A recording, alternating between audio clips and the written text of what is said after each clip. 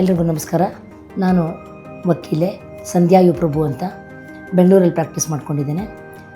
ನಾನು ವಕೀಲೆ ವೃತ್ತಿ ಜೊತೆಗೆ ನನ್ನ ಒಂದು ಹಾಬಿ ಇದೆ, ಹವ್ಯಾಸ. ಅದು ನಾನೊಂದು ಸ್ವಿಮ್ಮರು. ಅಂತಾರಾಷ್ಟ್ರೀಯ ಮಟ್ಟದಲ್ಲಿ ಈಜು ಸ್ಪರ್ಧೆಯಲ್ಲಿ ಕಳೆದ ತಿಂಗಳಲ್ಲಿ ಒಂದು ಚಿನ್ನದ ಪದಕ ಹಾಗೂ ಕಂಚಿನ ಪದಕವನ್ನು ನಮ್ಮ ದೇಶಕ್ಕೆ ತಗೊಂಡ್ಬಂದಿದ್ದೇನೆ. ಮತ್ತು ವಕೀಲೆ ಆಗಿಬಿಟ್ಟು 20 ವರ್ಷ ಹೈಕೋರ್ಟಲ್ಲಿ ಪ್ರಾಕ್ಟೀಸ್ ಮಾಡ್ಕೊಂಡಿದ್ದೀನಿ. ವಕೀಲರ ಸಂಘದಲ್ಲಿ ಲೈಬ್ರರಿ ಕಮಿಟಿ ಚೇರ್ಮನ್ ಆಗಿದ್ದೇನೆ ಹಾಗೂ ಹೈಕೋರ್ಟ್ ವಿಭಾಗದ ಕಾರ್ಯಕಾರಿಣಿ ಸಮಿತಿ ಸದಸ್ಯ ಆಗಿದ್ದೇನೆ. ಈಗ ಇನ್ಫಿ ವರ್ಲ್ಡ್ ಫೌಂಡೇಶನ್ನವರು ಬಡ ಹೆಣ್ಮಕ್ಳಿಗೆ ಒಂದು ಸೀಮಂತ ಅಂದರೆ ಉಚಿತ ಸೀಮಂತ ಅಂತ ಹೇಳ್ಬಿಟ್ಟು ಒಂದು ಕಾರ್ಯಕ್ರಮ ನಡೆಸ್ತಾ ಇದ್ದಾರೆ. ಅದ್ರ ಬಗ್ಗೆ ತಿಳ್ಕೊಂಬಂತು. ತುಂಬ ಒಳ್ಳೆಯ ವಿಚಾರ.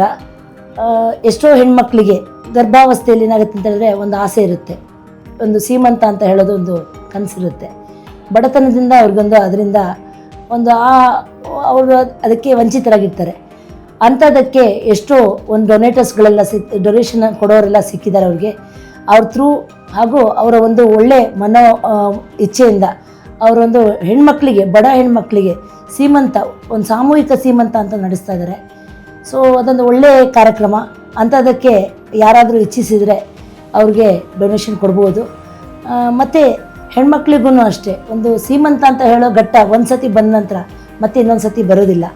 ಸೊ ಅದಕ್ಕೆ ಒಂದು ಒಳ್ಳೆಯ ಕೆಲಸಕ್ಕೆ ಅವ್ರದ್ದು ಒಂದು ಆ ಹೆಣ್ಮಕ್ಳನ್ನು ಆ ಸ್ಟೇಜಲ್ಲಿ ತುಂಬ ಖುಷಿಪಡಿಸಿದ್ರೆ ಅದರಲ್ಲಿ ಸಿಗೋ ಒಂದು ಪುಣ್ಯ ಯಾವುದೂ ಇರೋದಿಲ್ಲ.